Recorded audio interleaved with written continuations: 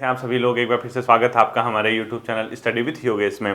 आज से आप लोगों का जो बीपीडीओ वीडियो का स्पेशली जो एग्ज़ाम है या ग्रुप सी का यूके ट्रिपल एस सी के जो एग्ज़ाम होने हैं आगे, ठीक है, जो भी होगा आपका, तो उसके ना एक हिसाब से हम, क्योंकि देखो मैं मॉर्निंग में जो आपको क्लासेस दे रहा हूँ उसमें एक चीज़ हो रही है, जैसे मैंने कहा था कि आपको डेली बेसिस पे मैं वर्क दे दूंगा तो एक मन लगा रहता है, क्योंकि भटकाव नहीं आता लाइफ में।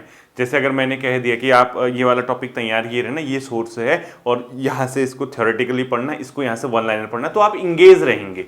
और अगर छात्र इंगेज है तो फिर सफलता बहुत दूर नहीं होती उससे, ठीक है। समस्या कहाँ पे आती है, जब वो इंगेज नहीं होता, वो क्या कभी कुछ पढ़ता है, कभी कुछ पढ़ता है, कभी कहीं भटकता है, कभी कहीं भटकता है। सबसे बड़ी जो समस्या है बच्चों वो यहीं पे आती है, ठीक है। तो इस चीज़ का निदान क्या है, इस चीज़ का समाधान क्या है, इस ओर हम लोग अग्रसर हो रहे हैं। इसी बेसिस पे आपको पर डे होमवर्क मिलेगा और ये शेड्यूल आप कल से फॉलो करना, ठीक है। यानी कल बृहस्पतिवार है तो अगर आप कल से उसको फॉलो अप करेंगे तो आप 3 दिनों का शेड्यूल इसका, फिर सोमवार से बुधवार तक के 3 दिनों का शेड्यूल इस तरीका है, ठीक है। डेली बेसिस के आधार पे आपको कल का टॉपिक क्या तैयार करना है, ठीक है। अपने बेसिस पे क्लासेस तो आपको चलेगी, ठीक है। यानी अगर आपको कल इस जो मैं टॉपिक दूं उसको तैयार करना है, क्योंकि मैंने आपसे क्या कहा, आपके सिलेबस में डेली के हिसाब से हिंदी तैयार होनी है, आपकी डेली के हिसाब से उत्तराखंड तैयार होनी है, आपकी डेली के हिसाब से जीएस तैयार होनी है, साथ ही साथ आपको कुछ पोर्शन कंप्यूटर प्लस रीजनिंग और करंट अफेयर, इतना पोर्शन है। और समय ठीक देखो, आज कितनी डेट है, 10 मई है ना आज, और जुलाई 9 को एग्जाम है। कैसा जो अभी टेंटेटिव डेट आई है उसके आधार पर लगभग 60 डेज, यानी 60 डेज मान के चलो, 60 दिनों में अगर आप इतना फॉलो अप करेंगे, क्योंकि मैंने आपसे बार बार क्या कहा है, आप नई चीज खोजेंगे, न्यू पढ़ने की कोशिश करेंगे तो आपको कुछ भी हाथ नहीं लगेगा। आप मान के चले, मैंने आपसे क्या कहा कि ये चीजें बच्चों पुरानी हैं, ये वही चीज आपको एक बार दोबारा एग्जाम की डेट आयोग ने दी है, तो आप इसमें अनावश्यक एक्सपेरिमेंट करके अपने आप को फंसाना मत। मैंने क्या कहा, आप सिलेबस इसको डाउनलोड कीजिए, सिलेबस में एक हाइलाइटर लाइए और डेली मैं आपको सोर्सेज बता दूंगा। बाकी मॉर्निंग में आपकी ऐसी क्लासेस जहां मुझे लग रहा है कि यार हाँ बच्चों को ये चीज़ें नहीं दी गई हैं, यहाँ से टॉपिक पूछ सकता है या ये वाले पोर्शन से इस तरीके के क्वेश्चन आ सकते हैं, यही मैं कर सकता हूँ। अब पूरा सिलेबस तो संभव ही नहीं है, उससे क्या होगा, आपका भी समय खराब, मेरा भी समय खराब, नुकसान का नुकसान, ठीक है। मैं यूट्यूब पे पढ़ाऊँ आपको, अनावश्यक चीज़ें, आपका समय बर्बाद करूँ और बाहर से बढ़िया सा थंबनेल लिख दूँ कि कल ही बीपीडीओ की भर्ती की डेट आ गई है, ज्वाइन कीजिए, ऐसा नहीं बच्चों। ये क्योंकि ये ना आपको बेवकूफ़ बनाने वाले काम होंगे, ऐसे काम नहीं करने हैं। आप अपने समय की वैल्यू समझिए, उसको यूटिलाइज कीजिए। जितना बेहतर आप अपने आप को समझेंगे उतना बेहतर आपकी सफलता के चांसेस बनते हैं। ये जिंदगी में हमेशा याद रखना है, ठीक है। देखिए डे 1 के हिसाब से सबसे पहले आइए हिंदी के सिलेबस में, ठीक है। हम 1 बाय 1 शुरू करेंगे और हम सीधे देखेंगे कहां से, लिपि एवं वर्णमाला। पहले दिन, ठीक है, आपको क्या करना, देवनागरी लिपि का विकास, देवनागरी लिपि के गुण दोष, देवनागरी लिपि में लिखी जाने वाली भारतीय भाषाएं। यानी कल आपको हिंदी में, हिंदी का जो पोर्शन है उसको देवनागरी लिपि एवं वर्णमाला, पहला टॉपिक लिपि एवं वर्णमाला, लिपि एवं वर्णमाला, इस टॉपिक को आपको तैयार करना है। स्पेशली क्या, देवनागरी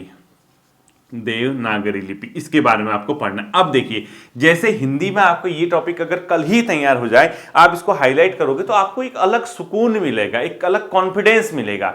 आपका सोर्सेज बताता हूं, देखो एक तो मैंने इसको कराया होगा, जितना मुझे याद है, UK triple S C Hindi वाला कोई फोल्डर अगर प्लेलिस्ट में मिलता है आपको कहीं ना कहीं, वहां मैंने इसको कराया होगा, इसको चेक कर लेना। जिस बच्चे के पास ऑलरेडी नोट्स हैं उसको देखने की जरूरत नहीं है, वो बार बार उसी में टाइम बर्बाद ना करे। कोई नया स्टूडेंट है जिसने ये चीज नहीं देखी है, आप इसको यहां से क्या करेंगे, तैयार करेंगे, ठीक है। दूसरा, आपके पास जो भी किताब है, चाहे लुसेंट हिंदी है या घटना चक्र है या जो भी हिंदी की कोई भी किताब, हिंदी की कोई भी किताब, ठीक है, हिंदी की किसी भी किताब से आप इसको तैयार कर सकते हैं। आपके पास जो भी किताब है, जो भी सोर्स है, वहां से आप इस चीज को क्या करेंगे बच्चों, तैयार करेंगे, ठीक है। तो आप इस टॉपिक को अच्छे से तैयार करेंगे तो आपको कभी कोई समस्या नहीं आएगी। उसके बाद घटना चक्र अगर आपके पास हिंदी की है ऑब्जेक्टिव वाली, उसमें भी इसके क्वेश्चन मिल जाएंगे, वहां से आप ऑब्जेक्टिव लगा लेना है, ठीक है। आप खुद से तैयार करोगे, खुद से मेहनत करोगे, रिविजन ही बेसिकली है। इसके अलावा हिंदी में मैंने आपसे डेली कहा 2-2 3-3 विलोम शब्द, 2-3 पर्यायवाची शब्द, 1-2 तत्सम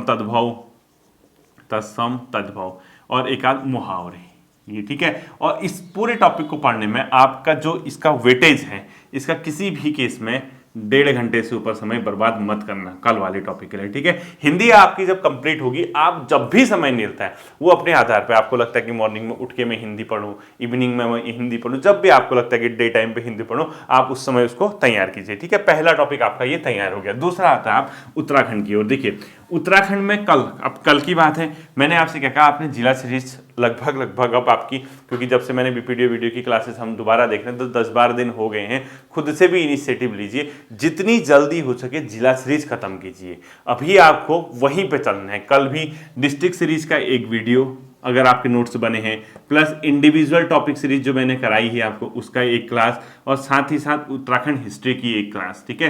यानी आप इस पोर्शन को, अगर आपके पास नोट्स होंगे क्योंकि आपने इसके बनाए हैं, तो आप इस चीज़ को तैयार कर लीजिए। आपको वीडियोस को मतलब उसी क्लास को दोबारा देखने की जरूरत नहीं है, आपके पास नोट्स बने होने चाहिए। नहीं बने आप प्लेलिस्ट में जाके देखिए, ठीक है। इसके साथ जैसे ही आप देखेंगे आपकी डेली रूटीन में फिलहाल परीक्षावाणी इंक्लूड करनी है आपको, ठीक है। परीक्षावाणी सिर्फ और सिर्फ अभी फिलहाल क्या करोगे आप, परीक्षावाणी को इंक्लूड करोगे। इसके बाद अगर आपके पास समय कभी भी किसी भी केस में अगर आपको समय बचता है तो आप अपने स्तर पे जो आपके नोट्स हैं, लेकिन अनावश्यक फैक्ट मत पढ़ना। जैसे मैंने आर्थिक सर्वे कराया हाल के दिनों में, आप उसको देख सकते हैं। मैंने कुछ महत्वपूर्ण सरकारी आंकड़े कराए हैं, वो देख सकते हैं। उत्तराखंड करंट अफेयर से आप अपडेट हो सकते हैं। तो डेली बेसिस पे आपको ये करना है, क्योंकि उत्तराखंड का जो पोर्शन है वो सिलेबस के आधार पर नहीं कर पाओगे आप, क्योंकि सिलेबस तो बहुत बहुत विस्तृत है और कुछ पूछता वो कुछ भी है। सिलेबस के अकॉर्डिंग तो पूछता नहीं है, उत्तराखंड का पोर्शन कुछ भी आ जाता है वहां, ठीक है। तो उत्तराखंड का बेसिकली एक इस किताब को, परीक्षावाणी को, साथ ही साथ इन टॉपिक्स पे आप कमांड बनाइए और सरकार के आंकड़े, आर्थिक सर्वे जो मैंने आपको कराए उसको, ठीक है। और आपके जो नोट्स बने उसको रिवीजन कीजिए। उत्तराखंड में मैं ज्यादा नहीं बोलूंगा, ठीक है। मेन चीज आती है जो आपको फंसाती है, जीएस वाली, ठीक है।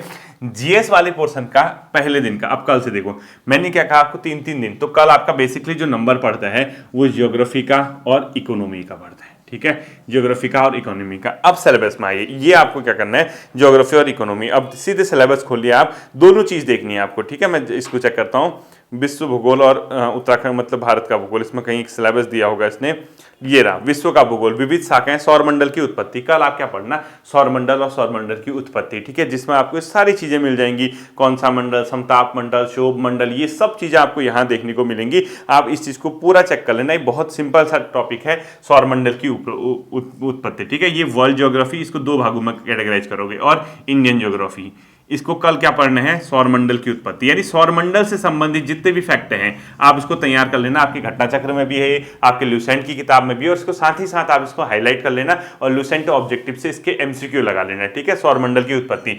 इंडियन ज्योग्राफी की ओर आइए, भारत के भूगोल में भौगोलिक परिचय दिया, तुरंत कल ही खत्म कर दीजिए, ठीक है। ज्योग्राफिकल जो इंट्रोडक्शन है, भौगोलिक परिचय, इसको कल ही तैयार कर लीजिए। आप कहाँ क्या इसमें क्या मिलेगा आपको, सोर्सेज में बता देता हूँ, ल्यूसेंट में भी है, घटना चक्र सब जगह है। भारत का अक्षांशीय विस्तार, देशांतरी विस्तार, भारत की जो भारतीय राज्य हैं वो मतलब किस देश के साथ, पड़ोसी देश के किसके साथ सीमा बनाते हैं, सबसे लंबी सीमा, सबसे छोटी सीमा। इसके अलावा भारत का जो भौगोलिक विभाजन है, कितने भागों में है, हिमालय के आसपास की मतलब वो सारा का सारा पोर्शन आपको भौगोलिक परिचय में मिल जाएगा। द्वीप वगैरह, द्वीप समूह के बारे में, इन सब की जानकारी आपको वहां से मिल जाएगी, ठीक है। ये आपको कल ही तैयार करना है, तो ज्योग्राफी। उसके बाद कल ही आप क्या करोगे, सीधे इकोनॉमी में आओगे, ठीक है। यानी भारतीय अर्थव्यवस्था के बारे में अगर आप देखोगे तो आपको मैं यहां से टॉपिक बता देता हूं, अर्थव्यवस्था, भारतीय अर्थव्यवस्थाएं की विशेषताएं, ये मैंने आपको करा रखा है, ठीक है।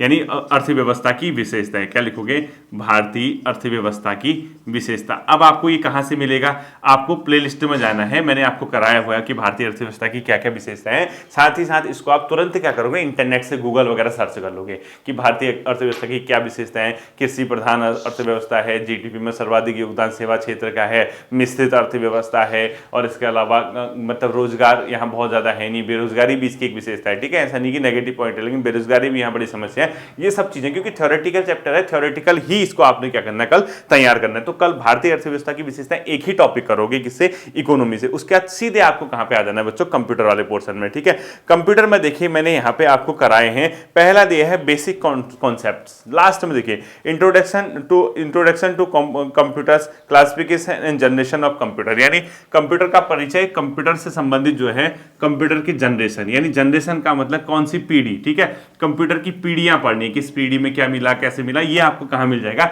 ये लुसेंट की कंप्यूटर की किताब आती है, वो 70-80 रुपए की पृथक से, ठीक है। एक तो जीएस आती है, एक उससे हट के सिर्फ कंप्यूटर की किताब आती है, वहां आपको कंप्यूटर की जनरेशन मिल जाएगी। आप सिलेबस के आधार पर पढ़ोगे। ये बचता है रीजनिंग। रीजनिंग के अंदर आपको जो भी टॉपिक समझ आता है, आप चाहो तो कैलेंडर कर लेना। कैलेंडर अब मैं 2-3 दिन तक कैलेंडर ही दूंगा, ध्यान रखना, ठीक है, रीजनिंग में, क्योंकि ये इतनी जल्दी कैलेंडर नहीं बनता है, 2-3 दिन का समय इसमें लगता है। अब बताइए, आप डेली इस तरीके से अगर आप चलेंगे तो 60 दिनों में आप ये मान के चलिए आप कितना आगे पहुंच जाएंगे। दूसरी चीज, पोटेंशियल आपको दिखाना है, ठीक है, अपनी ऊर्जा को दिखाना है। आप इस स्पीड से चलना, आपके कॉन्सेप्ट भी बनेंगे, आपकी तैयारी भी हो जाएगी, आपको मजा भी आएगा। इसके अलावा जिस छात्र के बाद एक्स्ट्रा समय बचता है, इसके अलावा वो जिस पोर्शन में कमजोर है उसको अधिक समय दे देना, ठीक है। फिर मिलते हैं अगले सेशन पर, अपना ध्यान रखिएगा। Thank you.